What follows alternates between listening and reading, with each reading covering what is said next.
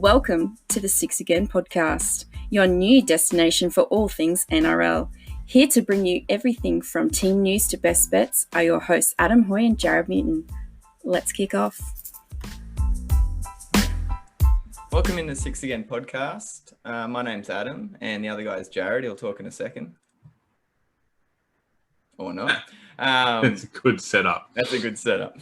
We're in the middle of off-season for rugby league in Australia, but there's been a fair bit going on this week in the NRL world anyway. We've had a Kangaroos team being named. We've had a big signing go down, someone who's been talked about for almost 2 seasons now, as well as a few other little things that we're going to go through before getting into a brand new quiz show. And we're going to have the return of our Dragons fan in Nick Wally Wallace later on in the show. If I fall asleep at any time throughout the podcast tonight, it's because I've been moving house nonstop for the last 4 days, and I've actually really been looking forward to this, sitting down and talking some footy. What have you been up to, Jarrod? Oh, not as fun as you. I've just been working. Yeah, I don't know if either of it's fun, but we'll go with that. I'll be on school holidays and working. Yeah, true. We had staff party last Wednesday night, and then Thursday, Friday, Saturday, Sunday, Monday, Tuesday, Wednesday. It's just been get up, take kids to daycare, come home, do trailer load, pick kids up from daycare. It's great. Work's actually, I wouldn't say more enjoyable, but they're in comparison at the moment. Big news this week. Addo-Carr finally has signed a deal, and we're going to use that. We're going to cover that, as its own story to start with before we do other signings. But it comes out today that he has signed with the Bulldogs for 4 seasons starting 2022. Biggest coup by Trent Barrett since his coaching takeover at the Bulldogs. Would you say, Jarrod? Yeah, I'm not overly interested in this part of the story. So obviously, yeah, he signed. I want to know 2 things that come out of this signing. 1, did they sign him as a fullback or a winger? And 2, who's Melbourne getting to replace him on the wing? So obviously, they developed him into the best winger in the world, which he obviously is. And they did sign Remus Smith, but that's it. Is he going to be that quality player they're going to bring on the wing, or are they just going to develop some unknown bloke who's just a talent but hasn't been cutting it in his NRL club and just blow it all up? Well, I think that's off the table now because they're not due for any compensation anymore because the deal doesn't start till 2022 when Addo-Carr's initial deal's already. I get the compensation. You're not talking about you're just talking about in general. I'm just talking about Melbourne being Melbourne. Like they don't generally let someone go without getting someone in. Like before, the Steve Turners, the Israel Folau's, Greg Inglis, Marika Korobidi. Like when they left, Tigers. You're like, sorry. He came from West Tigers, Korobidi. No, but what I'm saying is when they left Melbourne, you're like, oh, they're going to be able to pick up someone straight away to cover that. You look at Vunivalu. And they do. The next year. What, sorry? Oh, they lost Vunivalu as well. No, but how they picked him up, they sent a scout to a Fiji 7s or 9s tournament or something over in there because they'd heard something about this guy from another one of their scouts. I wouldn't be surprised if they're already out there with a name in mind for 2 years down the track. It's how Melbourne work. I'm just interested in who it'll be because obviously, yes, they have signed Remus Smith. Who's the other one? Fit that. Jennings? Robert or George? Oh, Robert Jennings. And also, on another interesting note that's kind of got shot down or not really that much attention, Sandor Earl retired. Yeah, we covered that last week. Did we? Yeah. Well, he's had a good career. Oh, not a good career, but he could have had something minus everything that happened. It's actually come out in another podcast about he explained actually what happened with all that. It's actually quite an interesting listen if you ever find it. But yeah, so Melbourne are just going to be Melbourne and plugging along. It'll be interesting who they come out with. It'll be another superstar, obviously. Well, next season will give us a bit of a sniff into it because you'll still have Addo-Carr on one wing and then it'll be Smith and Jennings fighting for the spot on the other side. And Another part of it is Bellamy like Bennett? Because I don't remember many times where like Melbourne players are signed halfway through. Mm. But how many times has someone signed the year before at Melbourne to another club? Like, obviously, Fass and Tino signed probably about July, August with Gold Coast. And, you got who's left? Kevin Proctor, Tim Gladsby. Yeah, he'll play Addo-Carr all season. Yeah, no, it's just interesting because I've never seen that from Melbourne, that's all. He wants to win. Addo-Carr's their best back he'll be playing. Like with the new rumours, there's a new rumour every week. Mark Guy, just shut the hell up, man.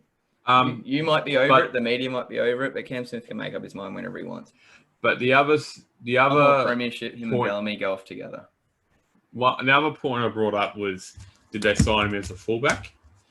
Well, that's the interesting because he's thing. on a lot of money for a winger, but for an elite fullback, he's not on that much. No, he's on minimal. The elite fullbacks are pushing $1 million, and he's only on 550. So I don't believe he's a fullback. He probably has the positioning, he probably has the fitness, but the ball playing, I don't think he has that. Well, we don't know because he's never had the opportunity to show it. I just think he's a finisher. Yes, that's what he's best at, and fullbacks are finishers, but they can't be just finishers.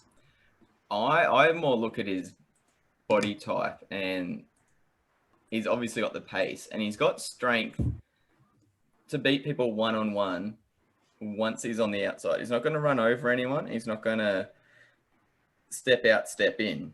He's got straight line speed. And when you look at the elite fullbacks, if you look at Tedesco, you go back to Slater with that elite speed as well as the footwork. But Slater could break every direction because he was built upper body.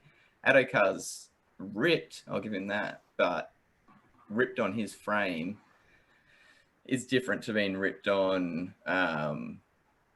fullback's frame. Yeah. So with the body with the amount of punishment his body has to take. Put through. So when you talked about the money wise, now you go on Zero Tackle, I found the best website for this, and it gives you every player in the NRL who's above $330,000 per season. So he's on $550,000 starting in 2022 through to 2025 at the Bulldogs. There's two other players in the comp on 550, and they're both centres. And that's Joseph Manu and Moses Sully. What? Moses Sully? Yeah, he's on 550, and so is Manu. How the hell do they pull that off? No idea. But the closest fullback is on 330, which is Charles Nickel-Clockstad, which he proved in the first season of that. That was an absolute bargain by the Raiders. But your first out-and-out fullback that signed for fullback money was Adam Dewey going from the Rabbits to the Tigers. He's on 600, and you'd put Addo-Carr as above Dewey just with his tread in the game. But the one that's interesting to me, Nick Kotrick signed from Raiders to Bulldogs to go from winger to centre. And centre's commonly known as the lowest paid position on the field. He's on 650. So he was 100K more than Addo-Carr will be for the first 2 years of Addo-Carr's deal before Kotrick's runs out. So if he's getting paid 650 to play centre, Addo-Carr's being paid 550 to play on the wing, you'd be saying he's playing on the wing. I just reckon he said, we'll give you the play. We'll let you play fullback, but we can't pay fullback money. Yeah. If that's until you earn it. I hope that's the case. They can't upgrade it. It's signed. See, the thing about it is they seem to be buying a lot. And the good thing about they're buying young all over because Josh Addo-Carr, Jack Hetherington and Nick Kotrick are established, but they're Flanagan. still no. Oh, but that's my established. point. Yeah, sorry. Yeah, so they're really established players. Mine is probably Jack Hetherington, but I rate him. The other ones are young up-and-comers who've still got a bit to prove, which I really like their signing. The thing is, for Bulldogs, I'm waiting for them to sign... Okay, so the closest comparison you can see to their rebuild is Newcastle probably, 5 years ago? Newcastle signed, Guerra, Glasby, and then they signed Ponga and then Mitchell Pearce. They haven't signed that Mitchell Pearce, David Clemmer type player who's well established, who's going to lead them for the next 5-6 years and then let the younger go. And when you look at it, they got rid of Tolman. They've got Jackson. But other than that, they don't have that really old head to lead them from the front in their squad, who's, well, I'll say it, Pearce and Clemmer's stature in the game. And that's what I think their next step has to be. I don't know who it is, because before Newcastle signed Pearce, you didn't know he was going to go. No one would have guessed that. So there's no one on the contract list. It could pop off any time. That's my point, because before Pearce signed with Newcastle, you wouldn't have said that was going to happen, did you? No way in hell.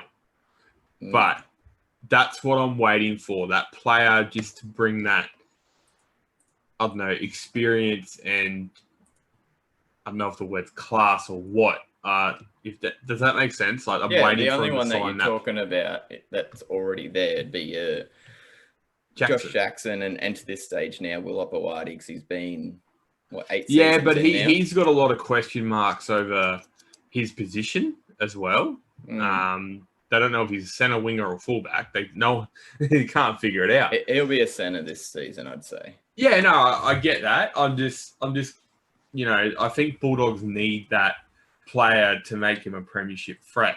But, what my word on this one, my opinion doesn't really matter, because Newcastle do have that in Pearce and Clement. They haven't even come close to a premiership since they signed them. So what do I know?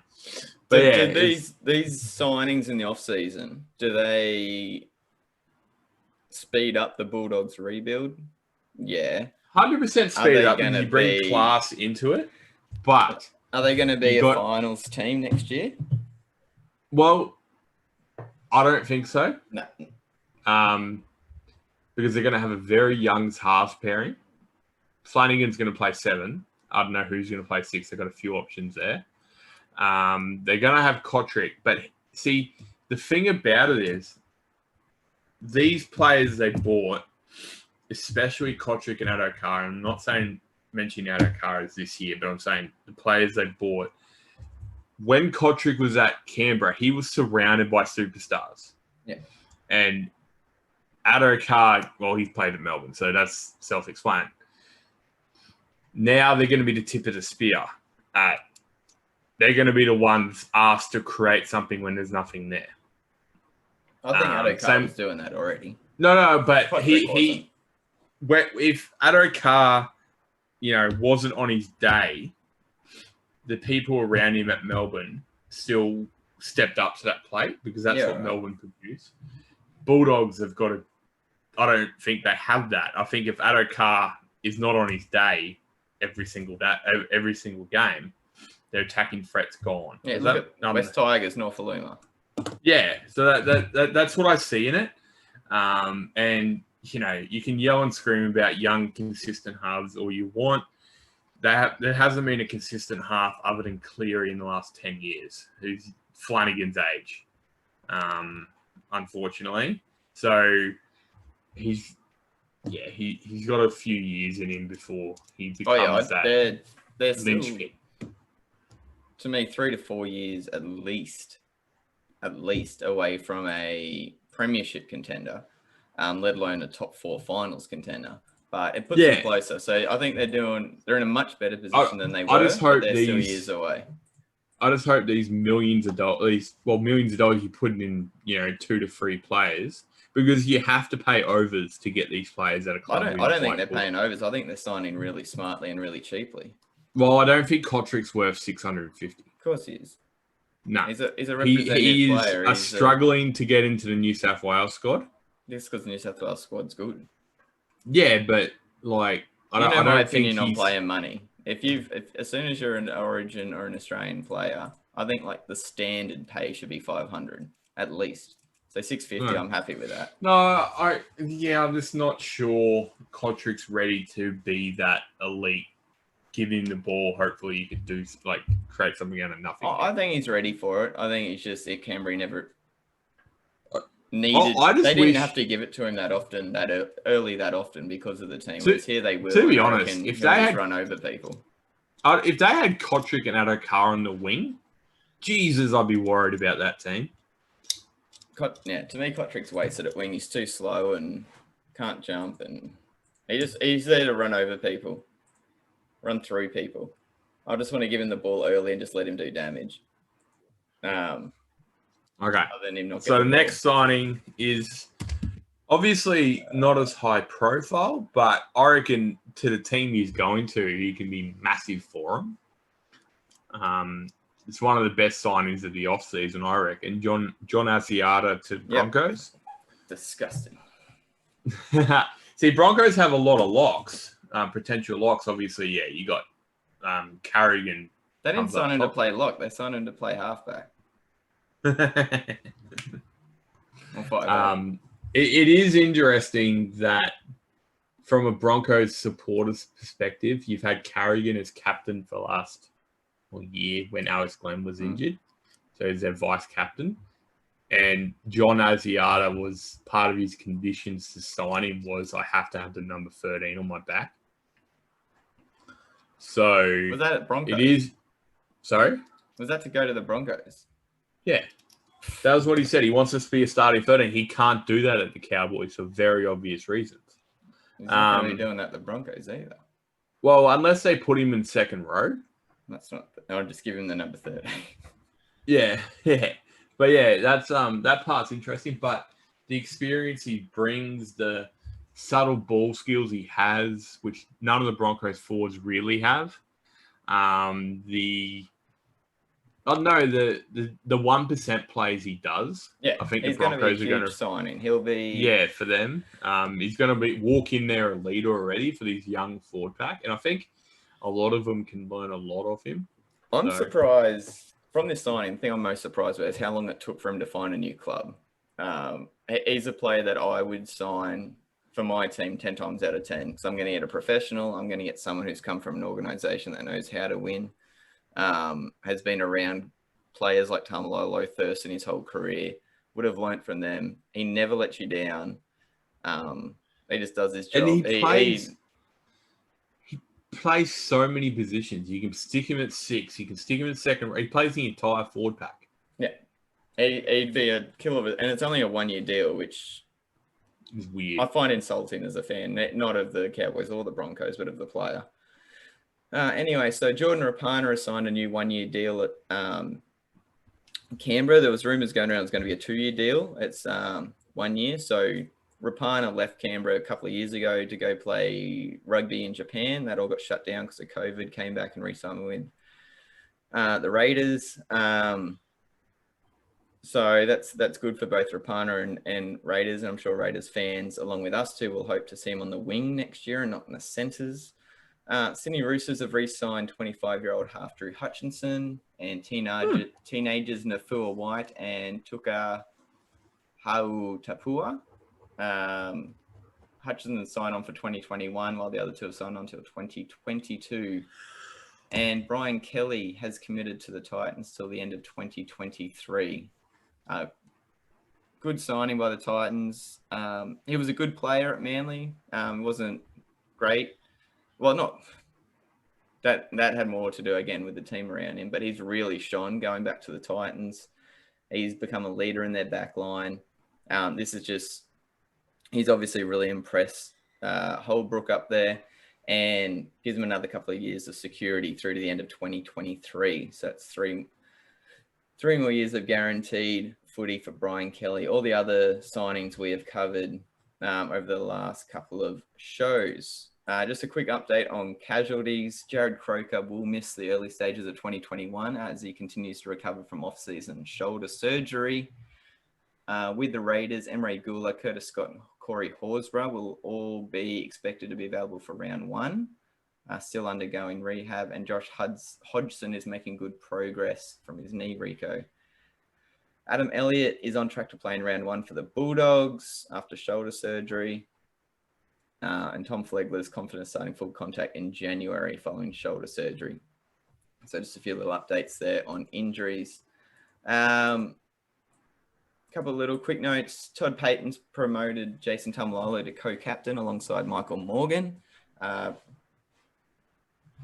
It's kind of a no-brainer, I guess, to most people. He leads through actions. You'd say Morgan will be the talker on the field. Taumalolo will just do what he does. And this one that probably would be swept under the rug. Normally, Jack Whiten has been recognised for an outstanding season by taking out Sportsman of the Year at the annual Dreamtime Awards night. So a very proud Indigenous man from the Wajaru region, helped the Raiders again this year, played for New South Wales. And Dreamtime Awards opportunity for First Nation people from across the country to recognise excellence over a number of categories. So there's a great picture of him in the Indigenous jersey up on the NRL website, and congratulations to Jack Whiten. But the two biggest stories, I guess, of this week are the NRL announcing new rule changes, more of them, while at the same time confirming the one ref will stay. Before I even saw what the rules were, it's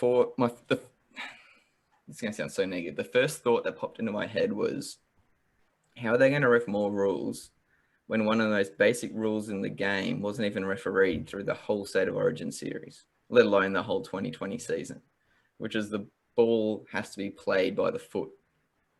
If you go back and watch, I'm just going to say I did this. I didn't, but I'm just going to put 100% certainty in this. It'll be true. Josh Papali didn't touch the ball with his foot in one play the ball over those 3 games. You put him with Junior Paulo, it might come up to 2. Like, they cracked down on it for half the season. Going, how are they going to introduce new rules when the most basic rule of the game isn't even refereed? And the 1, 2, 3, 4, 5, 6, 7, 8th new point in these rules is a handover will be ordered when a player does not make a genuine attempt to play the ball correctly with their foot. Josh Papali is fucked. Canberra's fucked. Queensland are screwed. Unless Papali can learn how to play league. What does it matter? That's crap. No, what does it matter? Something that small in the game. It's not that small in the game. It doesn't affect the speed. It happens over 600 times in the game. It's pretty important. Yeah, but it doesn't affect anything. It doesn't. Honestly, it doesn't affect anything. No, it doesn't. So as soon as you put your foot on the ball... Huh? It affects purists. That is all. And you know where this comes from? Do you understand why you push... why you touch the ball with your foot in a play the ball? So you give it one difference from touch football? No. Do you understand why this rule is there? No. You don't? Because a play the ball is a mini scrum. So back in the day when rugby league was first invented... Except there's more contact. You had to ruck the ball. And if someone didn't ruck the ball, the marker could push it back with their foot. You still and can. then the step further from that is, and Brad Fittler was famous for this in the early 90s when he started debuting, he used to actually put the ball on the ground and kick it forward, and then you can score. You can pick the ball up and run. So it's restart to say there's no markers. But right now, since you can't do either of those things, so the marker cannot kick the ball back if you don't play the ball with your foot, or you cannot kick the ball forward as the person playing the ball to play on the game. So why does it matter? You can. No, you can't. You can still tap it and go yourself if there's no markers. No, you can't. Really? No. When did that get changed? Back in 1997. No. When the NRL came in, yes, it did. So tell me, what is the point Because it of adds doing another this. variation of mistakes. If you can't control it with your Why foot do at you the want speed of to? thing. But because all those parts are taken out of the game, this becomes irrelevant. What?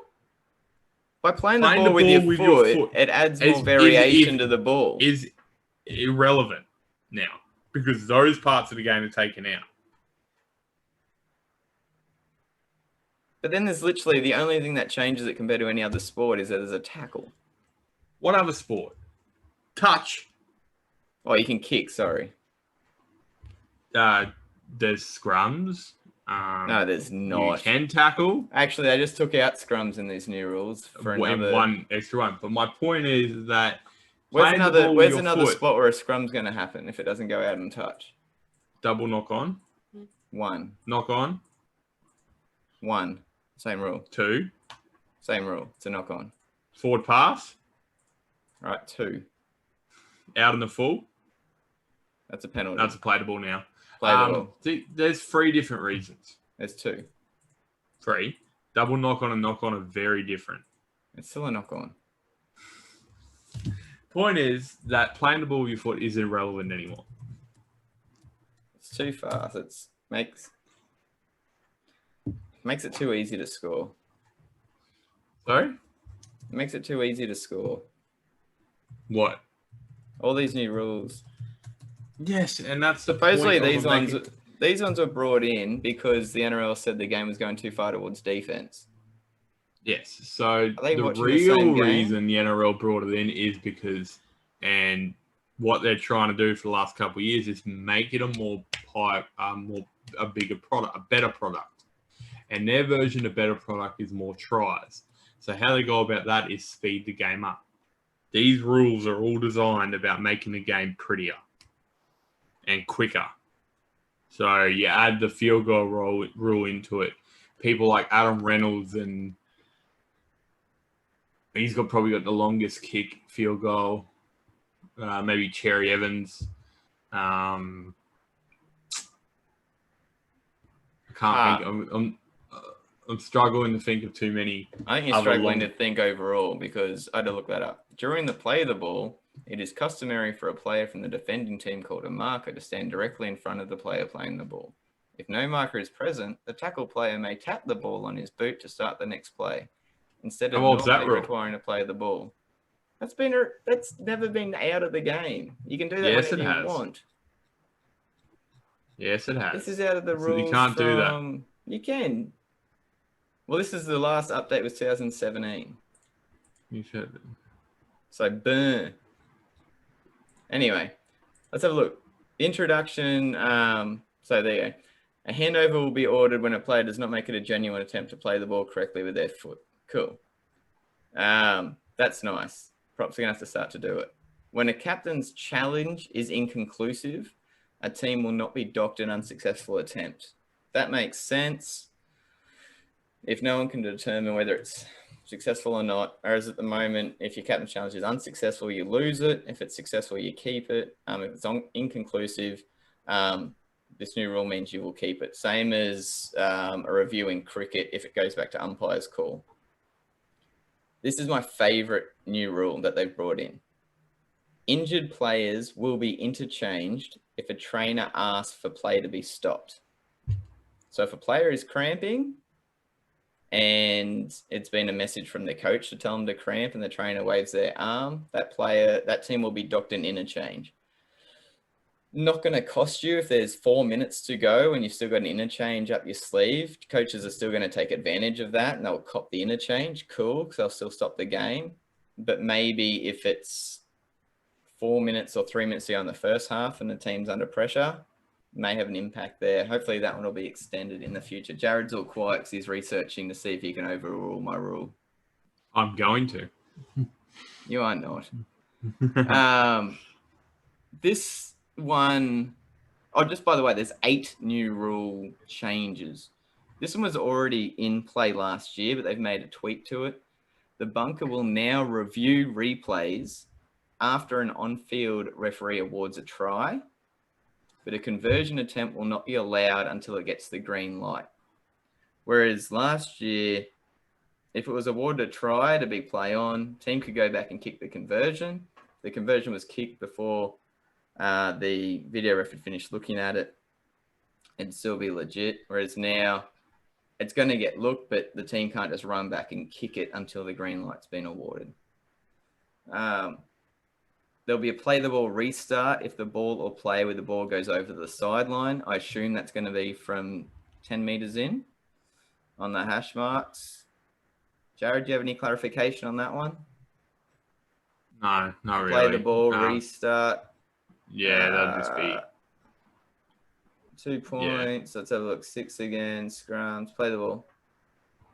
The rule was tried in 2 games during the final round of the season. Oh, I can't even remember that. Oh, it doesn't say the distance in. Penalties for teams if they leave a scrum before a referee calls break. So this was already one that got rorted literally a week into the system last year. Was it a differential penalty? Mean you couldn't kick for 2 points, but you'd get a tap. Whereas this time it will be a full penalty if they leave a scrum before a referee calls break. Means you can't obviously break early if you're 10 metres out. 6 again will be called for 10-metre infringements. Now, I think out of all the rules, this will be the one that has the biggest overall impact. 10-metre infringements are generally the penalties that are given away the most in the game, so being offside.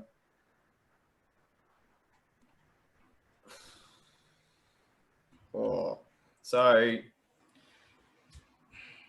I always find this the hardest thing as a fan. Your team's getting on top in defense. You've got them down in their 10-metre, and you want the players to get out there and keep smashing them and keep them down. That you don't want them to leave too early to give away a penalty.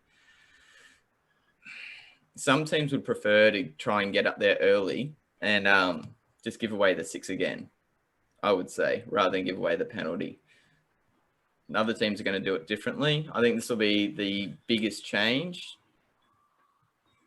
We'll see how it goes. This is just... I reckon eventually, other than foul play, everything's going to go to 6 again. 6 again? 6 again. I didn't know if it was 6 again to start with. No, I just think other than foul play, which will be an obvious penalty, every penalty will be 6 again. Moving forward. There'll be no penalty shots. Yeah.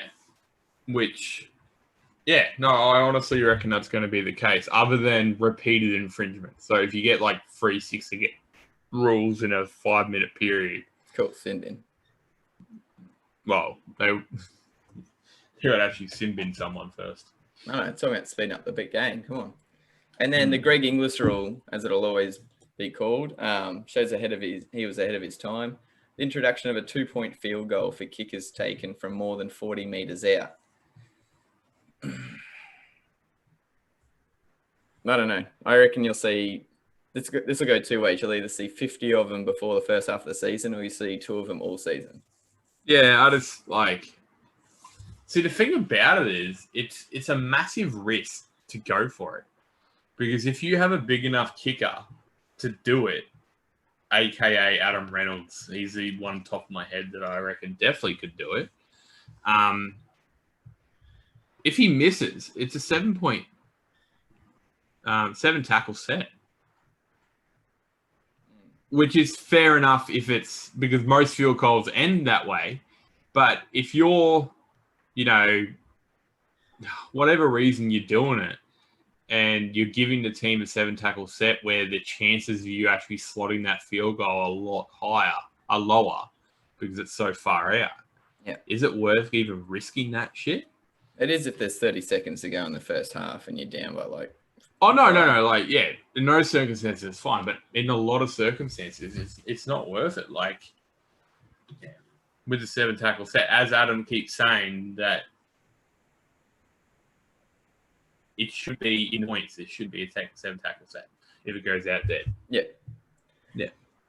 So I think there's just more stuff to think about overall. The ones that'll actually affect the play will be, I'd say, the 6 again for the 10-metre infringements, and penalties for teams if they leave a scrum before a referee calls break. I think it's quite funny that they've got the play the ball restart if the ball or play with the ball goes over the sideline. they bring that in a season after they made changes to the scrums, allowing teams to play scrums wherever they one of 3 spots across the field. By putting in this rule now, penalties for teams if they break early, having that in last year would have made that scrum rule way better because players wouldn't be able to break early and teams would be able to exploit the scrum. Whereas now that's in and there's less chances for them to use the scrum to exploit it. So it's kind of I wouldn't say it makes it null and void because like Jarrod pointed out, there's 2 spots now for a scrum to be used. You're kind of already looking forward to this time next year to see what 8 new rules they bring in. Oh, bloody hell, this rule book's going to be thicker than a Chinese directory. All right, so the Merit team. Okay, you want to explain the concept of the Merit team, Jarrod? So, best way to explain it, they've done it before when there's no Australian games this year. They name one as a merit squad. So it happened when there's no Australian games booked against international squads. This year, there was never going to be an Australian game because there's lucky there was a season.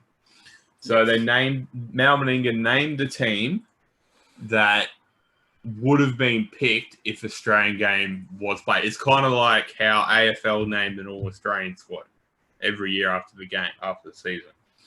So there's a lot of pretty standard ones. You know, you got Tedesco, Addo-Carr, Jack Whiten, and Dane Gay guys with that as the back 4. With surprisingly, but when you actually think about his season, Daniel Tupper on the wings, not that surprising. He had a bloody good season. When he played. The big surprise was Nathan Cleary at halfback. Yeah. So obviously the incumbent was Cherry Evans. Obviously Meninga thought that in the Origin series and this season, he done better. Probably helped by the fact that Nathan Cleary made a grand final. That's probably one of the only reasons it's there. He did have one good Origin game. Yeah. Cam Munster obviously at 6. I think one of my favourite picks, but it was still a surprising pick for me. They got Christian Welch playing prop. I love it. I was surprised, but I really like that pick because I think he earned it. Obviously, Josh Papali and Damien Cook.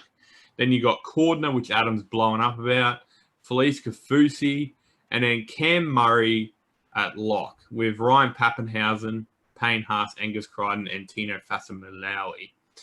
So what I love about this is about when Meninga picks a team, he kind of goes, how do I put it? Fuck you to the New Queensland and New South Wales coaches by going, you should have done this.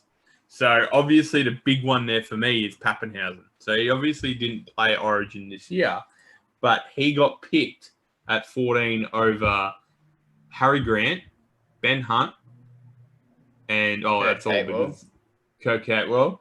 So look, I'm not saying it's not a bad choice. I just think it's funny that guys I think it's in your face kind of things of Fittler and Bennett. Yeah. Mainly Fittler there. Because Cameron Murray, he didn't even start lock for New South Wales. No. And he's got the lock position for Australia, which is funny because my dad always explained to me that whoever you thought was the better combination, so you could pick the grand final winning props and they got the Australian jerseys. Or when Origin came around, you picked the grand final winning props from the Origin series because they earned it. Back then, it was the toughest position on the field. They got over the opposing team, so that's what they picked. So this day and age, Meninga doesn't care about that. He picks what team he thinks is best for New South Wales, which is a kind of slap in the face. Like, Australia. Why didn't you? Yeah. Oh, sorry, for Australia, but it's kind of slap in the face of the other 2 coaches because they're good enough to play for Australia, but not good enough to play for New South Wales. So it's a bit strange. Did you have a chance to pick your team? To be honest, I'm not overly mad at that team. Like, I know you don't like Cordner there, but I still think the centers suck. Gagai and Wyden, I just hate Gagai in the centres. Yeah, I but still he definitely deserves his spot. Oh, I have him 100%. on the wing, which means there's no one to pick at centre. So I was like, oh, far out. Yeah, which Travojevic isn't eligible because he's injured. Yeah. I agree based on form that they pick Cleary over Cherry Evans, but I'd be curious if we're going for a World Cup this year if he'd go for that. Yeah. That's the only difference. The form would be closer than most. Like Cleary was the best player for Penrith. Cherry Evans was the best player for Manly. Like they did the best they could for their club sides. Cleary obviously got more game time because his team was better overall than by quite a margin over Manly. Yeah, I think in the Origin series they were pretty. Cleary's standout game was better than Cherry Evans' standout game, but I think over the three, Cherry Evans was more consistent. But it depends what you're looking for, and you've also got the combination with him and Munster. So it would be interesting if it was a World Cup, because if it was a World Cup this year, Cleary and Cherry Evans would be playing. Yeah, in different games. Yeah. They're probably at one point they'd probably be partnered up in halves, to be honest. Were you surprised the choices for hooker didn't include Coruscant? Like Hunt, Grant, Cook, McInnes. I still have Coruscant as the best hooker out of all those. If he was there, he'd be the best out of those six. Clearly, there's a reason he's not being picked. Yeah, I don't know. We don't know what it is, but like Fittler has proven that if he thinks a star player, is not playing to what he needs to play, he hooks him. I wouldn't say proven. I'd say he's done it, but he was less consistent with that this year, I would say. Yeah, I was kind of mad at his decisions this year. But because either way, he has done it before. And Meninga, he has no qualms. Oh, Meninga definitely wouldn't, yeah. Yeah, so there must be a reason Coruscant's not picked. I don't know what it is, but there must be a reason. But yeah, I from a Queenslander point of view, I was happier to see Damien Cook there for the series because he had his awesome game one, and watching South all year, you're like, well, he's probably done for the series because he plays one game every 3 or 4. Whereas his awesome run for the Rabbitohs, he was like that every week. That's a different player. So next year is going to be, he's going to be well and truly under pressure. Because if Harry Grant keeps up this form, he's going to be 9 for Queensland. And Damien Cook, he's got to really step up. Oh, yeah. Big time. He's going to the meeting ID. Your forward pack, would you have made any changes there? No. Cordner's there for his leadership. I know you hate it. You're just talking about form.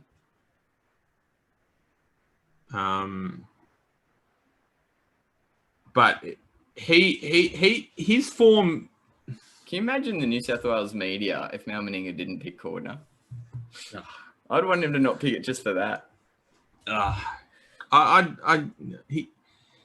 You don't drop your captain after a couple of good games. Crichton was a better second rower than him this year. I don't think Crichton would say no to Boyd Cordner getting that jersey. Of course he wouldn't. He's his captain. Yeah, I am surprised there's a lot more Queenslanders than I thought. There's 7. To be honest, I'm a lot more... 7 out of 17. Okay, so going into this season, would you have picked 7 Queenslanders? No. No. There you go. Like, obviously, you'd pick Papali. Going into Origin this year, you weren't sure about Gagai's form. You would never have picked Tino for a spot in the 17. Kafusi, depend how Origin, but Christian Welch, you'd be very surprised about. So there's a lot of players that you would have been surprised about. I'm very surprised that Cherry Evans wasn't there, but I understand why he's not. Yeah, I can understand. I'm still surprised. I'd go from the selections. I'd go Grant at hooker. I think he showed enough just in one game. Papali and Haas as my starting props. No, I love Welch there. I really like Welch there. Yeah, me too. Kafusi and Crichton as my second rowers. Joe Arrow at lock. Pappenhausen as the utility. Welch as the bench prop. Lindsay Collins as a bench prop. And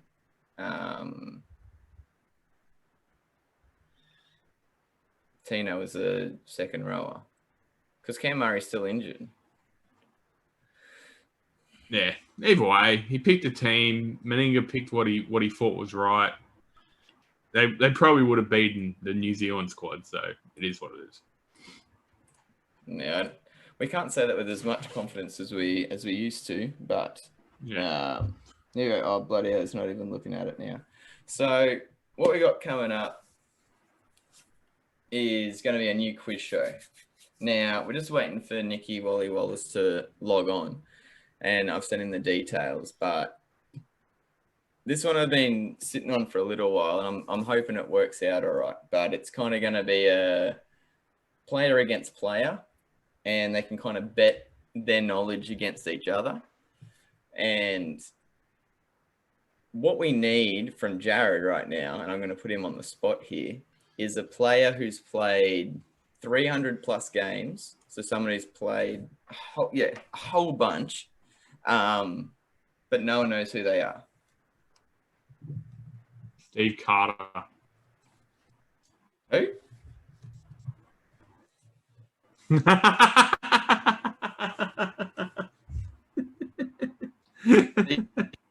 Don't remember him? I'm going to look him up. That's exactly what this game's about. I think. Yeah, Penrith 5'8". We had the opportunity to interview him at one point. I think we did. Steve Carter. There we go. 244 games, sorry.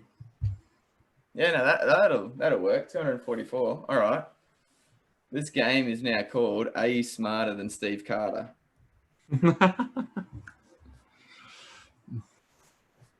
That is brilliant. So that's money making. Steve idea. Carter. Coming up from the top. That's perfect. That's done. Who's that bald fella from Para back in the day? Michael Vella. Ooh, how many games did he play? Oh, he'd play over 200, I reckon. Played prop for New South Wales as well. Or should we do it? Are you a smart fella or are you Michael Vella? Is it Michael Vella?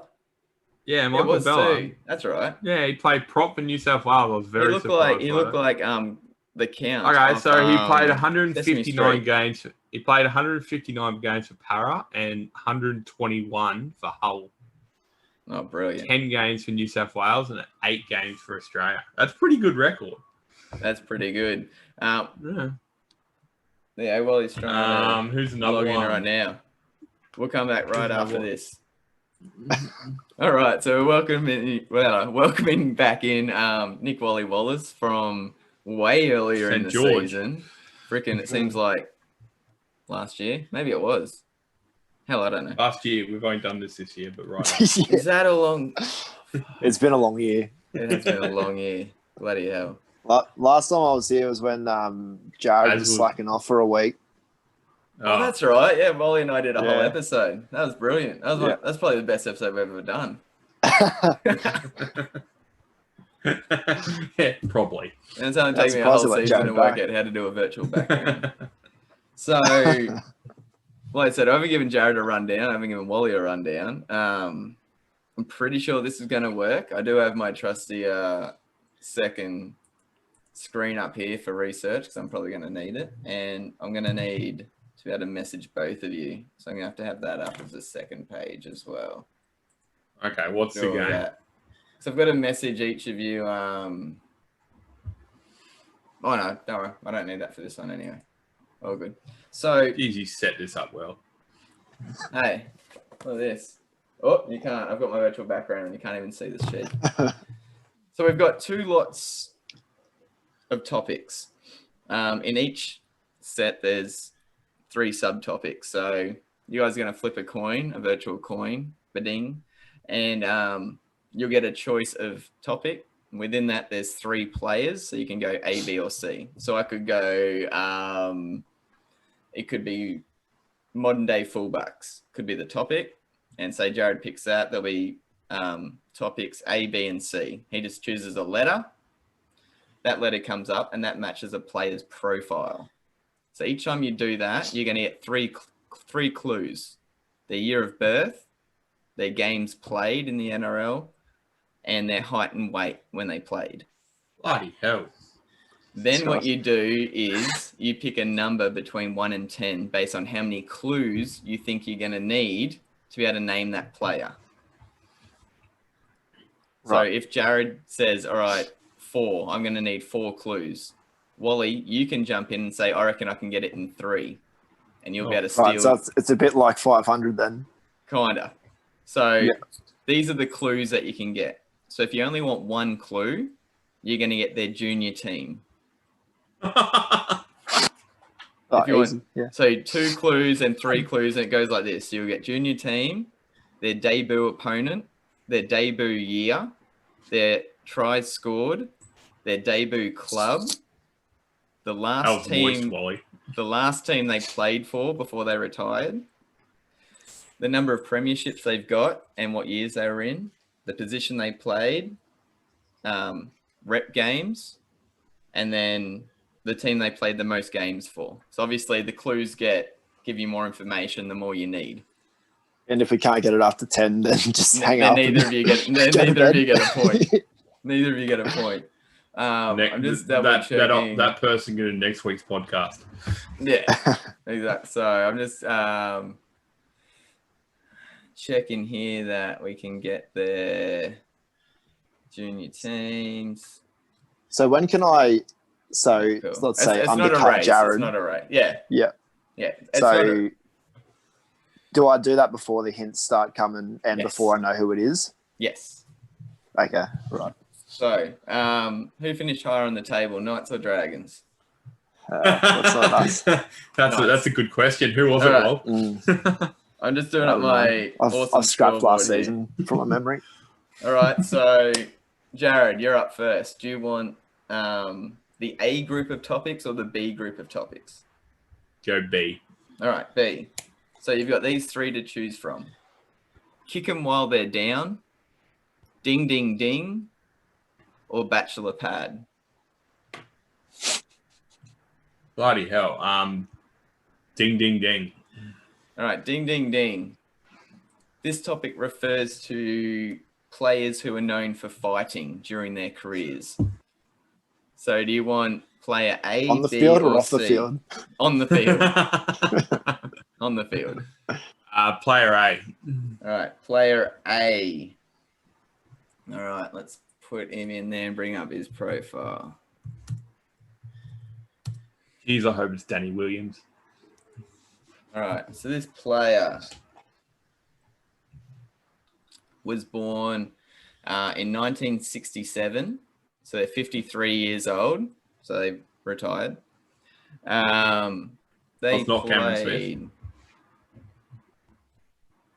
They played 181 games in their career. So are these the hints? Yeah, these are the ones that you both hear at the start. So you're going to get this for every player that's chosen. Right. Yeah. So when I say games played, that's club games, not rep games and all that. So club games, 181 games. And they were, where's their playing weight? I'm going to have 2 up here. 195 centimeters and 110 kilos. So he's a monster. Big boy. Yeah. Jesus Christ. He's 53 years old, played 181 games, and was 195 centimeters and 110 kilos when he played. So, Jarrod, how many clues do you think you'll need to be able to guess this player? If you know, I'll just let you know. If you know who the player is already, you just say 0. Like, I don't need any clues, and then you'd get first cracks at your go. But if you say 1 clue and Wally thinks he already knows, Wally, you'd say 0 clues. Give me 1 clue. So one clue would give you your junior team. We'd give him. What happens if Jarrod gets it wrong? You'll get a free crack. Oh. But you only get the same number of clues that he's given if you don't beat it. Right. No Googling Jarrod either, you cheat. Yeah, no Googling. I know what you mutants are like. I know what you mutants are like. I've got an older brother who would do that and no one else. Beetle would do it. Danny would do it. I'm the only one. I'm the only one with a bit of dignity. Okay. That's a big call. All right. So where do you what's go? my one clue? What are you going, Will? Do you want to go 0 clue? Do you know who it is? So, all right, let's go. Yeah, 0 clue. All right. Mark Geyer. Yes. Damn it. Oh, Wally Snakes. Thanks for coming, Jarrod. No, I was just confirming his junior club because I was stuck between St. Mary's. Geyer and Harrigan. St. Mary's. Oh, I didn't even think about Harrigan. Yeah, so if it was Newcastle, would have been a Harrigan. If it was St. Mary's, it would have been Wally Snags on. Geyer. That's what I was leaning towards, but righto. Wally's on 1. Did you just throw that out in the off chance, or? No, he was the only person I could think of. So, yeah, righto. That's fair enough. Harrigan got to be close to those stats, though. But we can come back to ding, ding, ding, either tonight or another time because there's still 2 other players in that profile. So, Wally, we are on to the A group of topics. So you've got to the curb, overpaid or overrated, and got a quarter. Overpaid and overrated, yeah. All right, overpaid and overrated. So this is players. Come on, he knows the St. George teams back to back. It's easy. No, these players were either overpaid because of their rep commitments or overrated because they got picked. So these are players who played for Australia before they played State of Origin. Ooh. Yeah, okay. I've got, yeah, okay. Yeah. All right, A, B, or C? Who are you A. thinking? A. All right. Okay, so this player doesn't... No, I'm joking. I need both because one... There we go. So this player is 30 years old. They were born in 1990. They have played 252 games. And their playing height is 178 and their weight is 88 kilos. Can I go now? It's no, the question was asked to me. Thank you.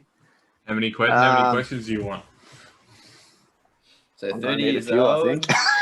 252 games. So they've played for Australia before they played Origin, is that what you said? Yeah. Yeah. I'm going to have to go, I reckon, at least 3. 3 clues. So go for the sweep if you want, Jarrod. All right, 0, Sione Matautia. Fuck! Not Sione Matautia. Yeah, he would. He's played 250 games, you dickhead. Yeah, He's been injured for 250 games. Yeah, that's true. Don't look him up because he could be one of the other ones. Yeah, right, that's because he was the first one that came to mind. So you've gone 3 clues. Oh, I wish I had gone more questions. Shit. So you'll get their junior club, the opponent they debuted against, and their debut year. There it is. Okay. I don't know if any of that's going to help me. So their debut year was 2009. Their debut opponent was Cronulla. I'll just let you know their team lost 12-46. And their junior team was Blackwater Crushers. So you've got a 30-year-old player, 252 games, 178 centimeters, 88 kilos. So you might be able to narrow that down to a position if you can work it out. They played for Australia before they played Origin. Blackwater Crushers. So they have played Origin, though? Yeah, that's the point. They played for Australia before they played Origin. So it's obviously New South Wales.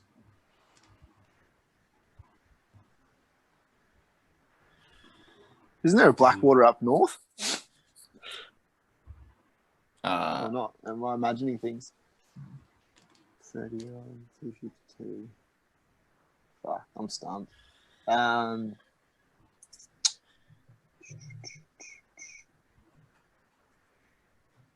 So this is great radio. Oh, bloody hell. I can't even talk you through my thought process right now because I've got no thoughts. I'm gonna have to fucking. That's all right, because you've already stolen one from Jarrod, so you're technically still up after the first round. Yeah, and Jarrod can't steal this, can he? No, No, he already had a crack. So say if I pass right, will you just continue going on the clues until one of us gets it, and then it doesn't count? Oh, yeah, no, I'll keep going along the clues. No one will get a point, but I can just keep going along. No. Yeah, look, I'm going to pass because I don't even have anyone jumping to mind. You don't want to throw a crack out? No? Oh, God. 252 games. Who would have played 252 games? Who brought up a 250-game milestone this year? Is it... Oh, Chris Lawrence? No, he'd be too young. No. Yeah. This is hilarious. He brought up his 252 games for your club. It was very memorable, obviously. Who's one of your halves?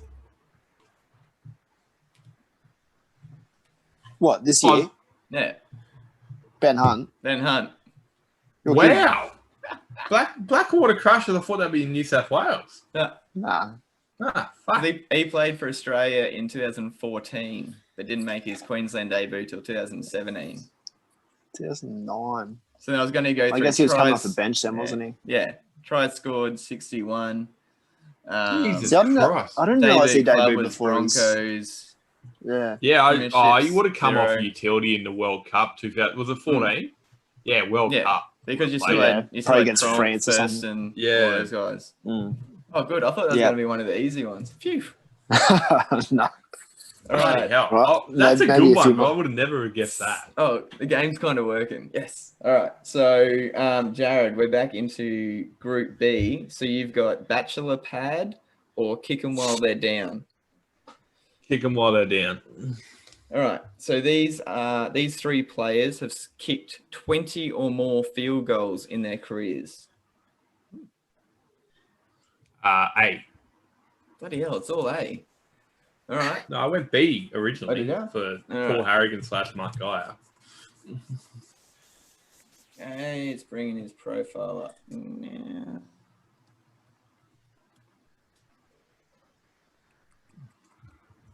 That's probably really loud. All right. So this player was born in 1986, so they are 34 years old. They have played 247 NRL games, and they're playing size and weight 176 centimeters and 83 kilos. So 34 years of age, 176 centimeters, 83 kilos. And they've played 247 NRL games.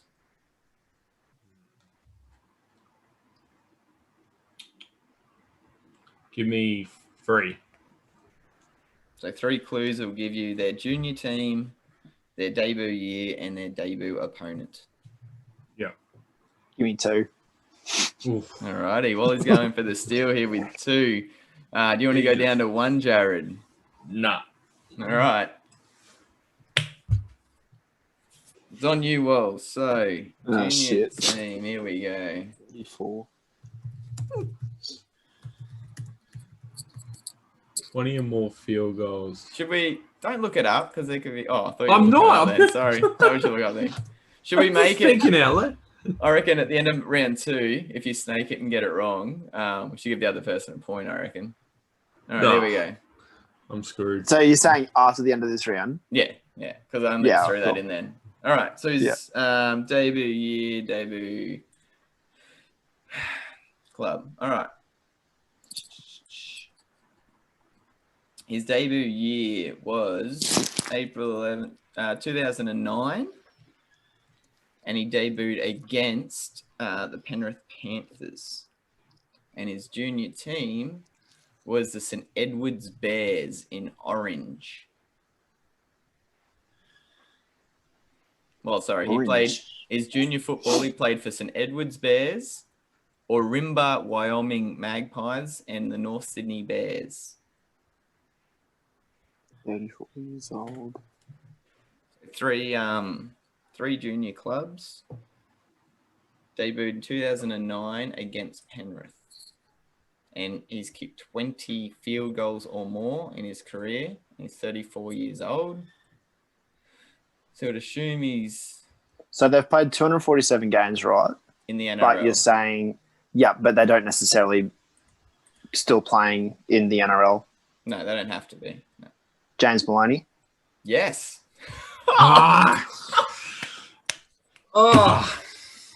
Brilliant.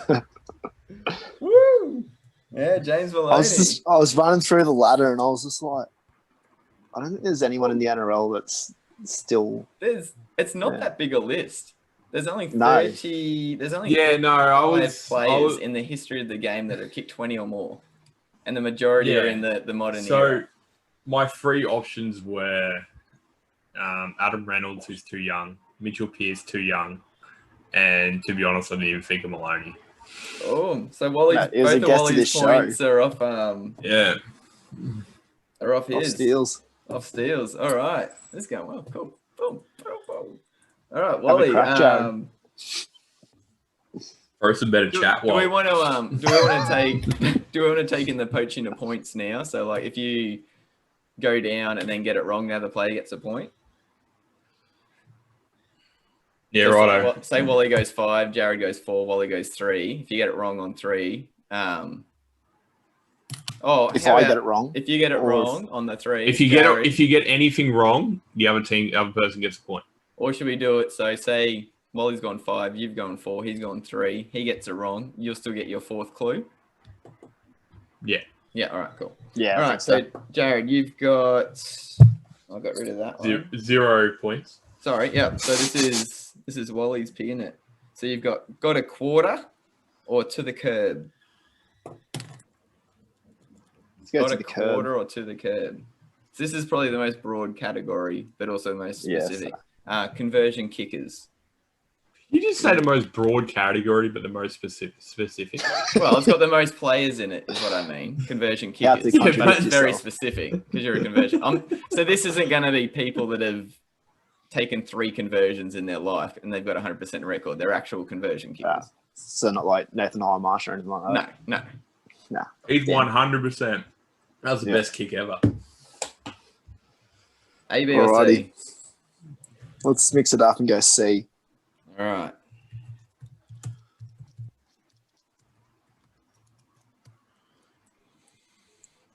Oh, Jesus. That's a lot. Wait on. Wait. Page just skipped. Oh, you got to be kidding. Oh, there he is. Okay. Don't know what's going on there. Sorry.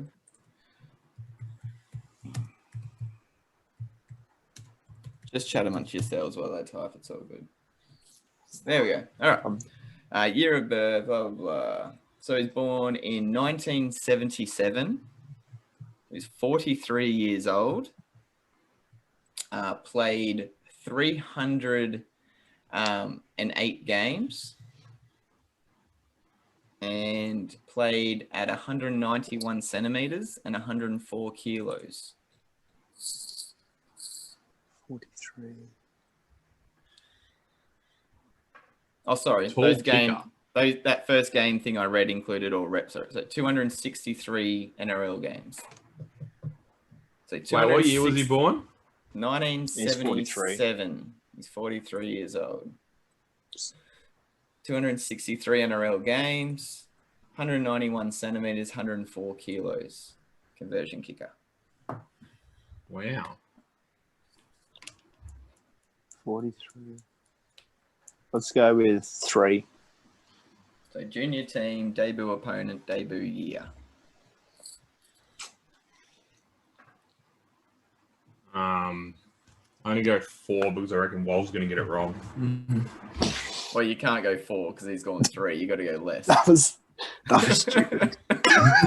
Well, I'm just relying on it so I get one more hint after he gets it wrong. No. It's if he'd gone 5, then you went 4, then he went 3.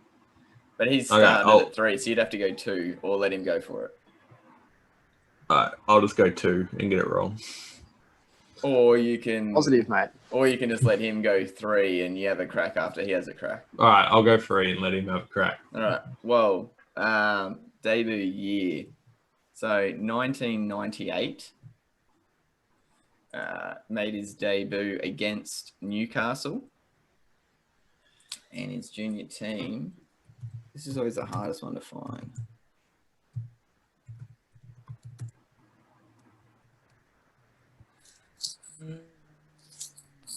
Ooh, See, I'm thinking of someone, but I think he's a bit Dapto. too... Oh, Played his Dapto. junior football for Dapto, who became famous this year because of Dean Young. Yeah. Is it Craig Fitzgibbon? Yep. Yeah. Yeah, I thought it was him to start with, but then I thought he was older than 43. Yeah, He looked 43. I actually when he was thinking. Jeez. I was also thinking of. I know I realised he'd be too old, but Daryl Halligan, he would have been about that tall as well. Yeah. Because then there's actually been a He's fair just few too of old. He'd second be rowers 52, 53 or something. Daryl Halligan. And then the other one I was thinking of when you said 300 plus games was Corey Parker. But he wouldn't have been 191 though. And he's not 43. He There's looks not a like lot it, of- the Silver Fox. I don't know he how looks many good. people would He looks remember good for his that- age, that- though. He does. Yeah, buddy. I don't know Hope how I many age like people would Corey Parker. remember Fitzgibbon debuted for Hey, St George. He's got more hair than you Illawarra, do. actually. Sorry. For Illawarra, yeah. Illawarra, not Yeah. St George. Played the one season for him before the merger. Yeah. So Wally on 3. Jarrod, you got Doing well. You got to get kicking into gear. This is a belting so far. So we'll get rid of that one. So Jarrod, you've basically got bachelor pad. There you go. That's going to be a choice. So these are players who got around their bachelors. They're afraid of commitment. So these players have all played for a minimum of 5 NRL clubs. Jesus Okay. I Christ. thought you meant play around off the field because Yeah, I was going to say, I don't know too much about that. No. So we're looking for some jersey slots then. Yes. Yeah, well, essentially. Yeah. I think if I got in Kieran- trouble the for Kieran saying that at Hoy- the start. The Kieran Hoy of playing. He's not even here to back that up, but yeah. Yeah. Oh, jeez. I forgot whose go it is. Jarrod. Fine. Is it really? Yeah. Oh, yeah, because no one got Ben Hunt. All right, cool. So bachelor pad, A, B, or C, Jarrod? Go B. All right. This will be brilliant.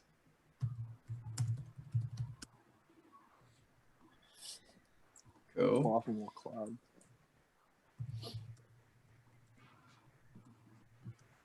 Cool.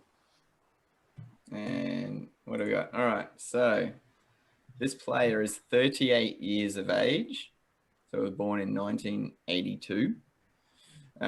They played 176 NRL games. And they stood and weighed about that. 176 centimeters and 88 kilos. So 38 years old, 176 games between 5 clubs. 176 centimeters, 88 kilos.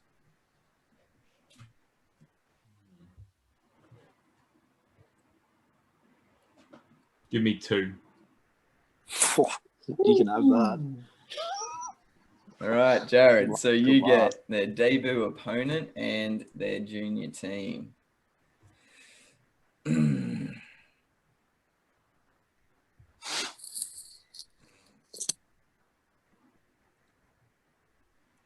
Holy crap.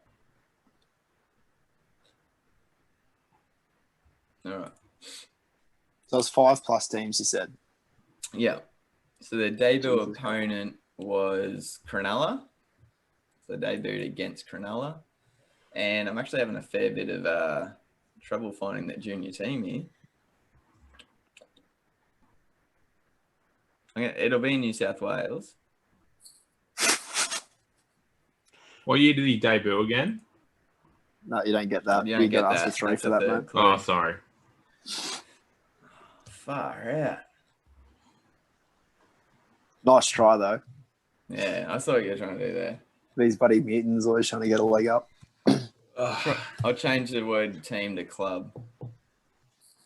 Oh, Jesus.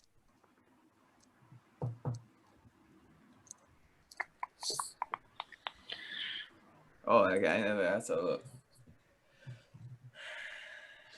Canaries, where's that?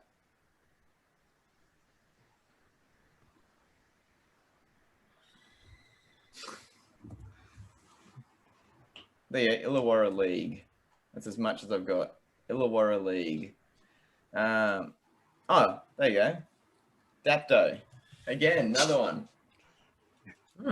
Dapto is his junior club. Go through it all again. It's not Craig Fitzgibbon. No. So his junior club was Dapto.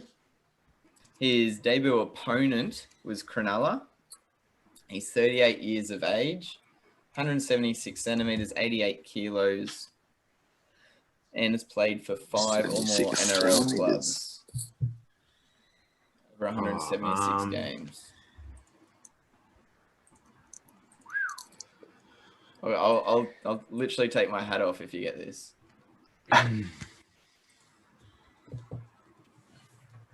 Remember, well, you can have a crack, but you have to use the same. No, I'll wait. You gotta wait till Jarrod. Yeah. So you won't. Wally won't automatically get a point if you get it wrong because he didn't. All right, is it? Fuck, he's got to be around that. Brett Finch. No, not Brett Finch. Oh, he was a Newcastle junior. You should know Matty John's stories, Andrew John's stories. Yeah, he grew up with his dad was the coach in Newcastle, actually. So you got a free crack here, Will. Would you say he's 176 centimeters? Yeah. Which is quite played at funny because he played 176 games. Really? Weird. Oh. So I'm thinking he's a half or a hooker at that size.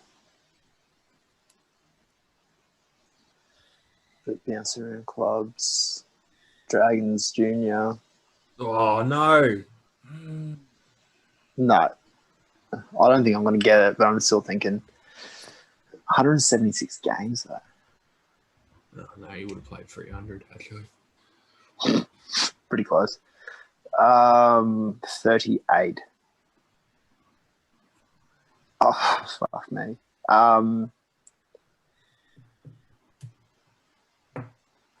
I'm just going to throw this left field. I don't even think this bloke even played for...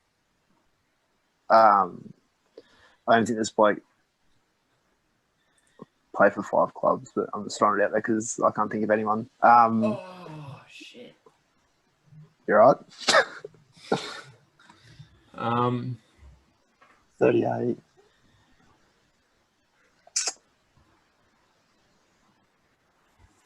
I'm thinking it's going to be someone really random. I'm going to go back to Jarrod. I doubled up because they had 2 stints with the same team, but they changed the name of the team on the screen, on the page. That's my bad. 4 clubs, not 5 clubs. Same club twice. It's not Brett Kamali, is it? No, you still got it wrong. Okay, good. I don't feel bad now. He's much older than 38. It doesn't change his age. They played for the same club twice, but the team names changed. No. It's just on the page. The team name stayed the same. Yeah. Yeah. So they played for 4 clubs. No, I was just thinking Newcastle and Hunter Mariners. No. So it's not like a merge or anything like that? No. It's just they've doubled up. Okay. It'd be like if I was going to use a different sport, it would be like Boston Celtics, and on one page they were called Boston, and on another page they were called Celtics. Right. Okay, I'm just going to throw out there. I don't think this is right. Elijah Taylor. No. Jeff Robson. Oh, Jeff Roll. Oh, yeah.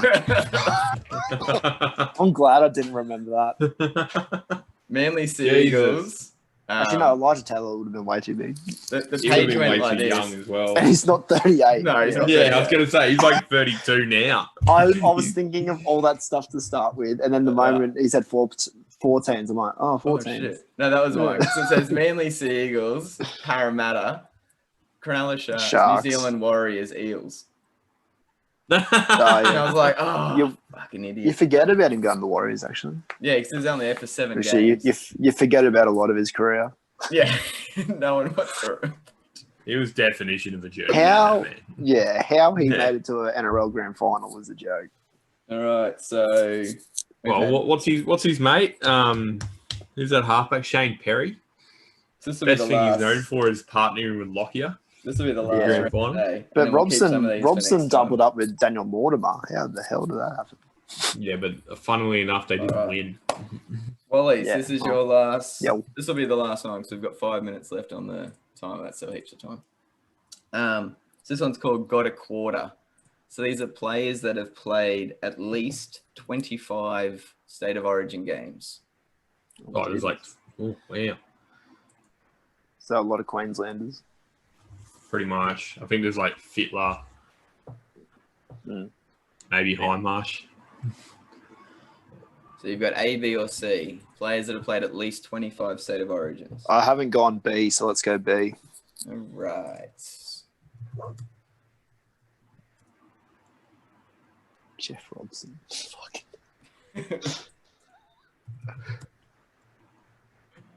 Oh, so good.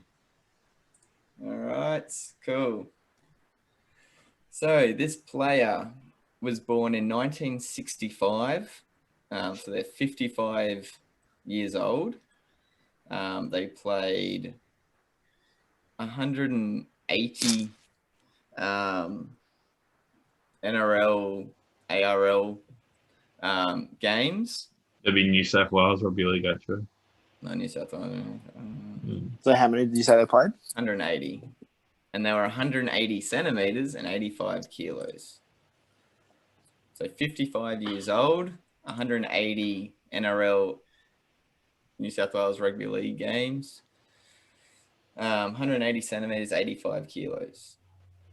Right, I'm going to go with one hint. Oh, Jesus. Okay.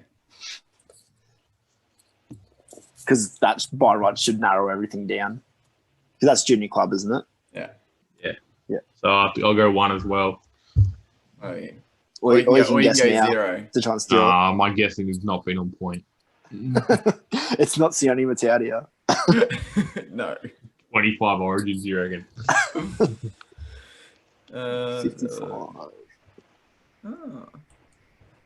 So yeah, one clue, which is their junior club, and their junior club is this would have been a good page to have for all the rest.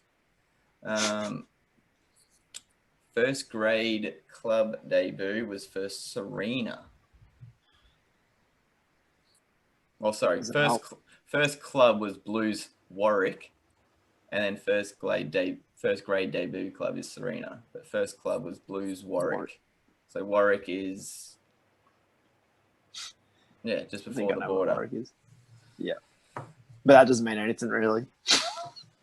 No. Sorry. So what was their size again?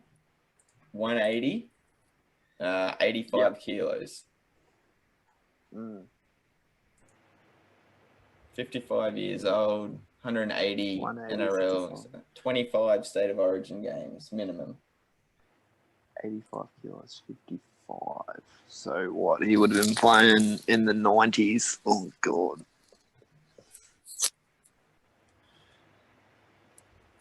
$25 Origins worth. The guy I'm thinking of is, I would think, older than 55. Who else was there around that time? So 180 centimeters, 85 kilos. Right. So you got to think what sort of position that'd be. That could be anything. Most likely make it easier. Oh no, I'm stumped on this one. Warwick, so yeah, West. That would be. Where was his junior team? Sorry, Blues Warwick. Warwick. Okay. Is that a trick hint? Because it's got blues in it. Nah, because it's got the town there. Yeah. How big was he? 180. 180 and 85 kilos. 85. So you'd have to imagine he'd be.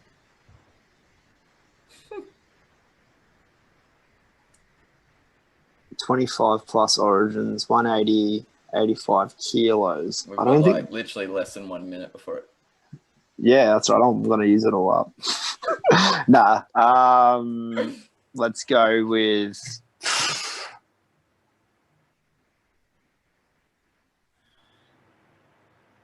Fuck, that's gonna be wrong. But let's go Malmaninga. So Mel Meninga, you reckon? Whoa. I have put forward Malmaninga with zero confidence. Jarrod, did you have the same or a different guess? I'm going Get on to the go board. with Bob Linda. Ooh. Nah. No, Don't both know. incorrect. 180 centimetres and 85 would be a back rather than a forward, apart from Mel Meninga, who's a freak. Dale Shearer, 27 games. I played against him as well. Damn it. I was going to say, the only time I ever got sin bin in a game was for truthing this guy's son. My And your dirtiest younger moment brother ever. actually broke his leg. Yeah, we had a bit of a battle there against the Shearers. So out of our... He scored about 7 tries per game against us. Yeah, but- that's true. So it's 1, 2, 3. So out of our it's 3-0 to rounds, Wally belted you 3-0. Oof. Yeah. Thanks for coming, Jarrod. No worries, mate. You want to do it next week? Oh, bloody Sure. hell. I was jumping between Rugby League Project, Wikipedia, and then Fogs for Dale Shearer. Fuck, Jeff Robson's junior club was hard to find, eh? I can't believe he's not a heavily searched player. No No. one wants to know a thing about him. There's a massive biography on players, but it takes it's a hell of a lot to read through. Like Shearer said, Shearer came to Manly from Serena near Mackay, but he played his junior one in Warwick. So Manly must be Brisbane Manly, you'd say. Oh no, Manly Warringah. So they must have gone, holy Jesus. Manly Warringah, Brisbane, Gold Coast, South Queensland, Sydney City, North Queensland. 1, 2, 3, 4, 5. No, yeah, Manly Warringah, Brisbane, Gold Coast, South Queensland, Sydney City, North Queensland. Shit, I could have had him in there as well. So that's good. It gives us at least I'm glad you 1, 2. No, 1, 2, 3, 4. Yeah, it gives me 12 players for next time, but I'll come up with some new topics as well. So that rounds up this episode of 6 again, guys. We're in the process of getting shirts and stuff printed up. So hopefully we'll be wearing them in the next coming episodes. Continue to follow, like, share, and subscribe us on platforms, especially if YouTube, on YouTube if you can. Rate and review on Apple, iTunes, and Spotify. We really appreciate it. It helps us out a lot. And stay safe and enjoy your holidays, guys. We'll be back at you. What's this time next week? The 23rd. When are you off, Jarrod? Oh, I don't even know. He's lost track. We'll be back next week on the Trying to get through 23rd. work. Bye. That's it. Jarrod's just